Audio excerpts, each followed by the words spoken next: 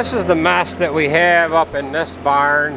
We ended up putting big bales in here a couple years ago, and we had a lot of broken ones. And we ended up piling everything on that end.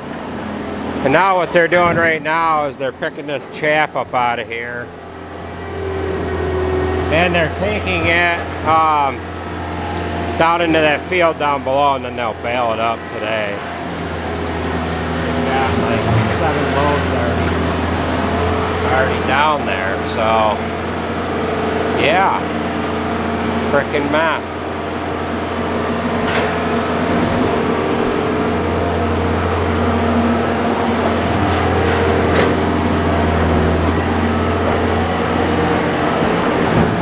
We used to put small bales in this barn, and this barn would hold 12,000 bales. We'd set an elevator up. We would fill the west mouth first or second, whatever. We'd fill the end mouth first. That end there, this end here, we'd be able to drive a tractor right up in on the barn floor and hit the elevator. And then these 2 mouths in the center, we came through the side door with an elevator, but we ended up having to throw it up about 10 tiers to get it to the peak. But each mouth would hold 3,000 bales, so it held 12,000 altogether. Well, Bub, why don't we head to the combine? Looks like they're getting this under control. They probably should have a grapple bucket on that skid steer. I don't know if that's what Jared went to get or what, but that would be handy. That doesn't go on there. It locks up on there and it won't come off.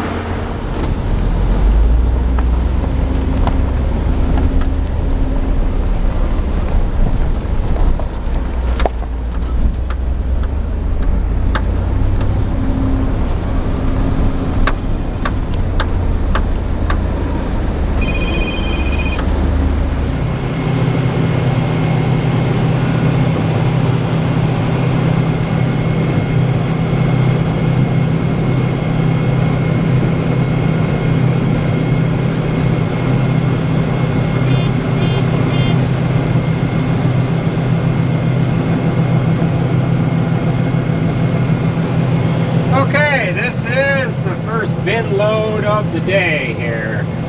Got Andrew running the grain buggy, and the wheat's doing pretty good as far as moisture goes with all this rain that we have gotten the past couple days here. The wheat's laid down a little bit, but it's not horrible. It could be a lot worse with the amount of rain that we did get. And we gotta watch our spout. Alright, should be okay now. As long as we're leaning on a side hill the way we're leaning, we're okay as far as that spout coming into the grain buggy. We're running right at about 14% moisture, and things are going to get better as we get on through the day here. It is just about 11 o'clock right now, and we're getting after it here. We've got about a truckload altogether where we're at here, and then we've got to move up onto the back road there and get out of here. Oh, almost spilled a little bit there, not paying attention. It's kind of a small target to hit there compared to some of the other guys on YouTube here with the size grain buggy they have. That opening there is only about 10 foot. But Junior's doing pretty good. So Sarah's driving truck today. They're actually cleaning straw out of one of the barns that we piled big bales in a few years ago, and the mice got into the strings and broke a lot of the bales. So they're hauling that straw out into the field now, and Jared's gonna bale that up here momentarily.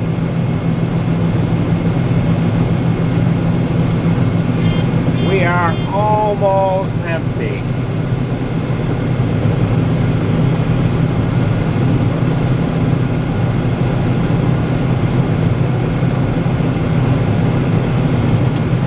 Okay, shut the bin unload auger off. Give him a thumbs up. He's gonna run on over, load one of them trucks that's over by the road over there. Meantime, I'll get my auger folded back in and make sure we don't put that into the woods. So Andrew's on his way over to dump that load off onto the trucks. And while the combine was over to Kaz Equipment this winter, this is a little cheat sheet card.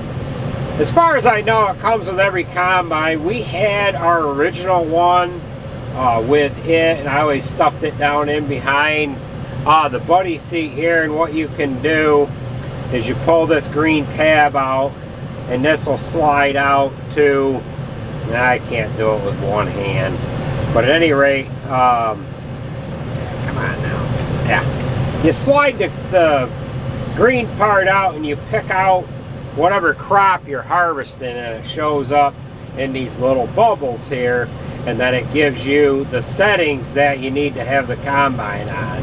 Anything from thrashing speed to concave clearance, fan speed, all that stuff shows up in this chart here. Well, like I said, I left the card stuffed in behind the buddy seat like this, and we went to pick the combine up this year, and this card was gone.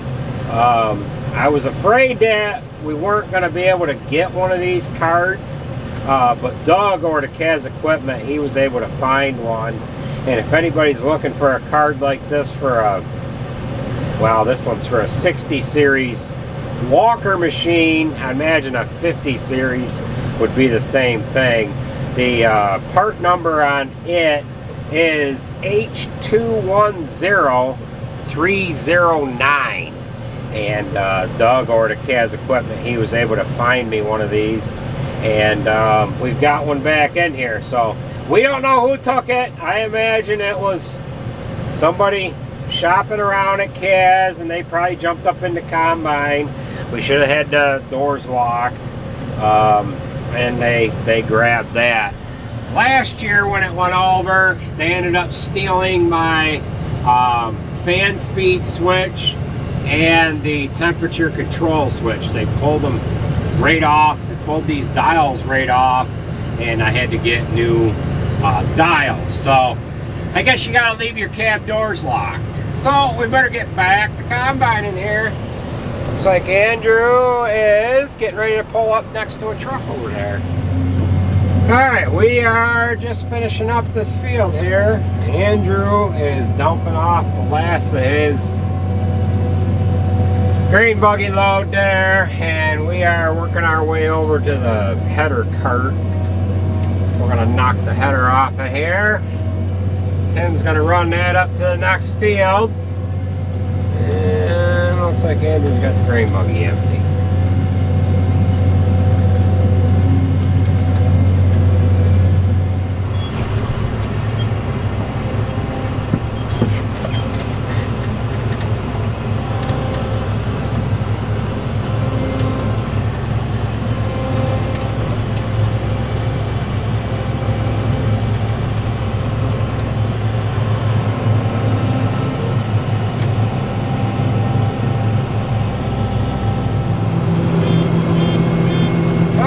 This load is going to be loaded. They just got Andrew's grain buggy here, and I am topping this one off direct. Tim is going to take it.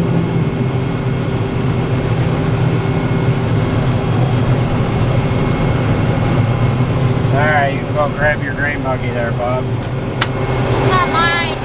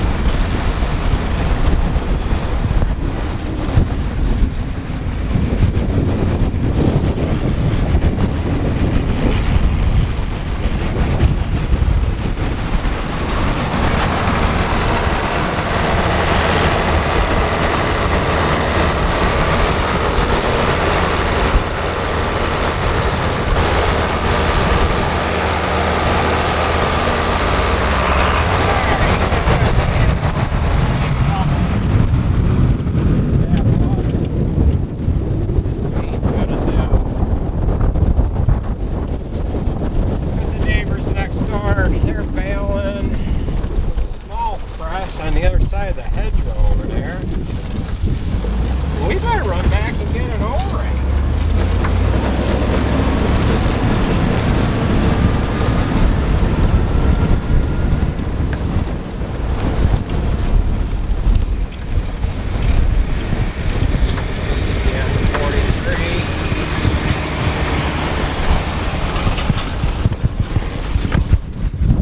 Better pay attention to business here. I'm still down to one eye here. All right.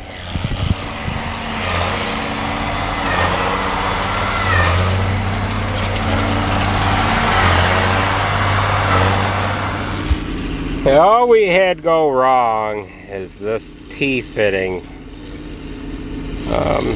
loosened up and it torqued the O-ring. So I went back to the farm, got an O-ring. We're only like 5-6 miles away, 5 miles.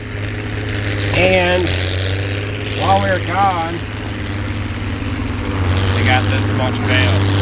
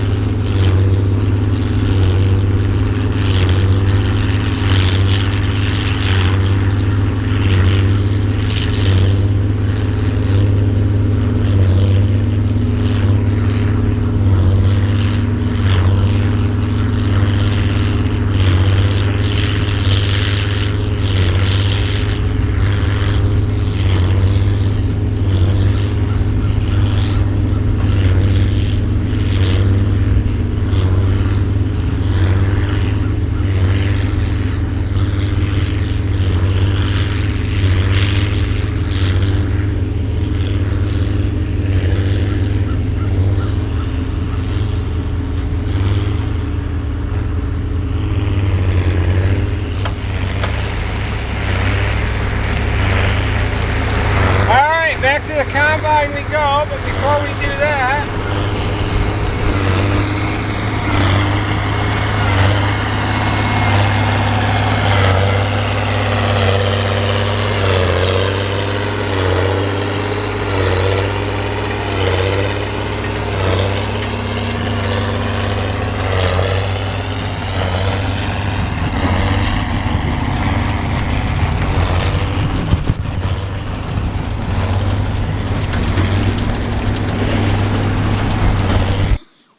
beginning of a mass extinction, and all you can talk about is money and fairy tales of eternal economic growth.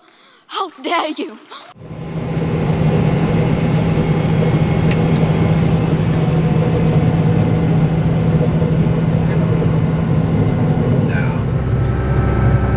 well, we're gonna call it a night. It is, well, it's between 9 and 9:30. I think that right there is reason enough to stop.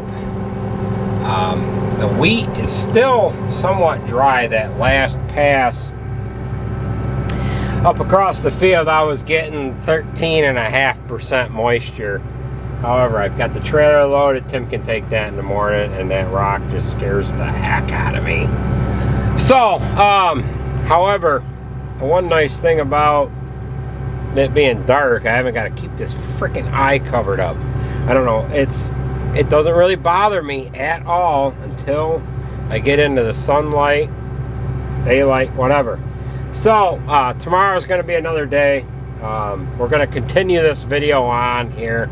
I got to take a load of wheat in the morning. Tim's going to take this one, and Kerr's going to take the other one. So we'll be back at you here. So more wheat to come. I get the handy flashlight out. Yeah, look at this. This guy's just waiting there. Look at that. Can you imagine the damage that this would have done? Huh? I don't know. I don't know. Where am I going to throw this? I'm gonna throw it in the ditch. Carry that stuff to the truck, will ya?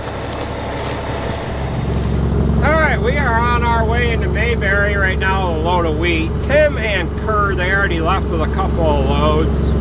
And then once we get back, we'll get fuel in the combine and we'll start in cutting again. I've got about 2 days worth of cutting left to do here, so we'll get this load off and get back to the farm and keep cutting. Alright, we're just getting the Mayberries here now with truck 8. Tim's almost unloaded. And he's only got a little bit left. How's she going, Doug? Good, how are you, Andy? Hey, pretty good. You running this into the dryer? Running it into the dryer. Comes into the pit, goes up the 100-foot leg, and then it goes into the wet bin. And then we'll fire this tower dryer up. Comes out, goes down that drag line, up the 130-foot leg, into the bin behind, all clean, dry, and ready for storage. Which bin is the wet one? That one? The wet bin is right here, 25,000 bushel. That's the dryer there. That is the tower dryer, yeah. Tower dryer. Wheat dries about 2,500 bushels of wheat an hour. How much does it hold? It will hold, I want to say it'll hold 3,000 bushel, 4,000 bushel No of kidding. wheat 2,500 an hour. It'll run bushel through an it. hour. It'll run continuous. No kidding. Comes right out the bottom. All electronic, eh? All electronic. Come on down, I'll show you.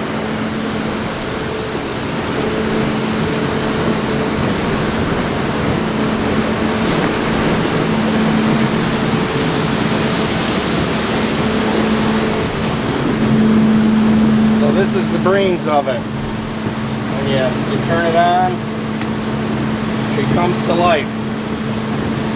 And while we're drying, we can be dumping with you, and this will continuously load the dryer. It'll alternate between taking wheat from the truck and ultimately feeding the dryer up and down and out. So it constantly monitors moisture, calls for wheat when it needs it, or corn, or whatever we're drying back here. Yeah. And ultimately ends up in that bin. That one right there. Out of the leg over here, way up and down. Drops over and comes in.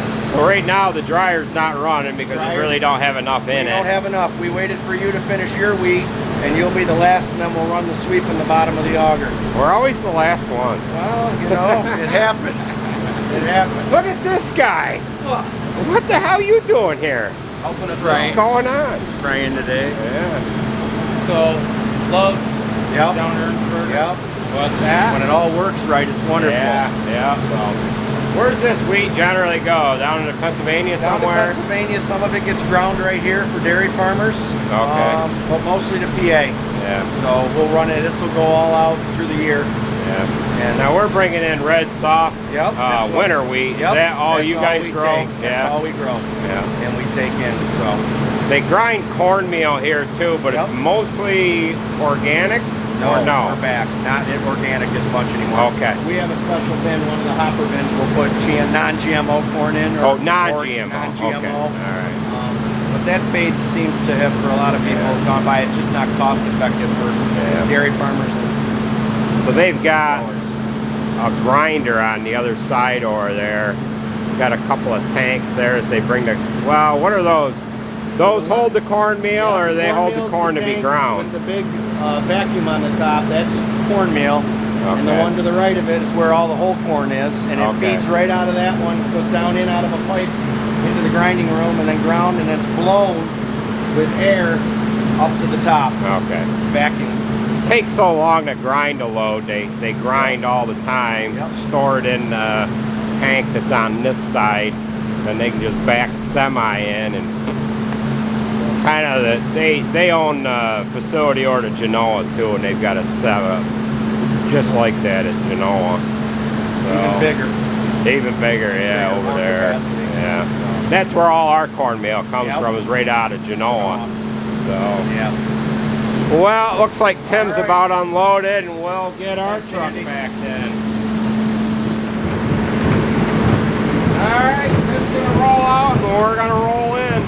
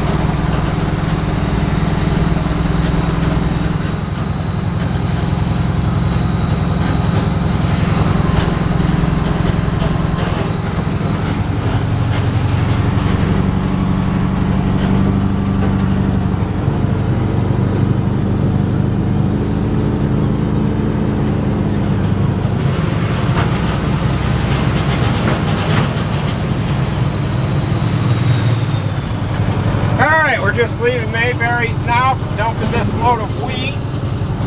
We're gonna get back to the farm, get the combine full of fuel, run a grease gun around it quick, and then we should be able to get cutting right away. There wasn't any dew at all last night, so there shouldn't be any moisture in the wheat from where we left off last night. So that is going to do it, folks, for this video. We'll come back at you with some more wheat harvesting and some baling here. And yeah, so that's going to do it. Got a lot of people heading into church here now. We just passed one of the Mennonite churches, and their mass must start at 9:30 or something. So that's going to do her.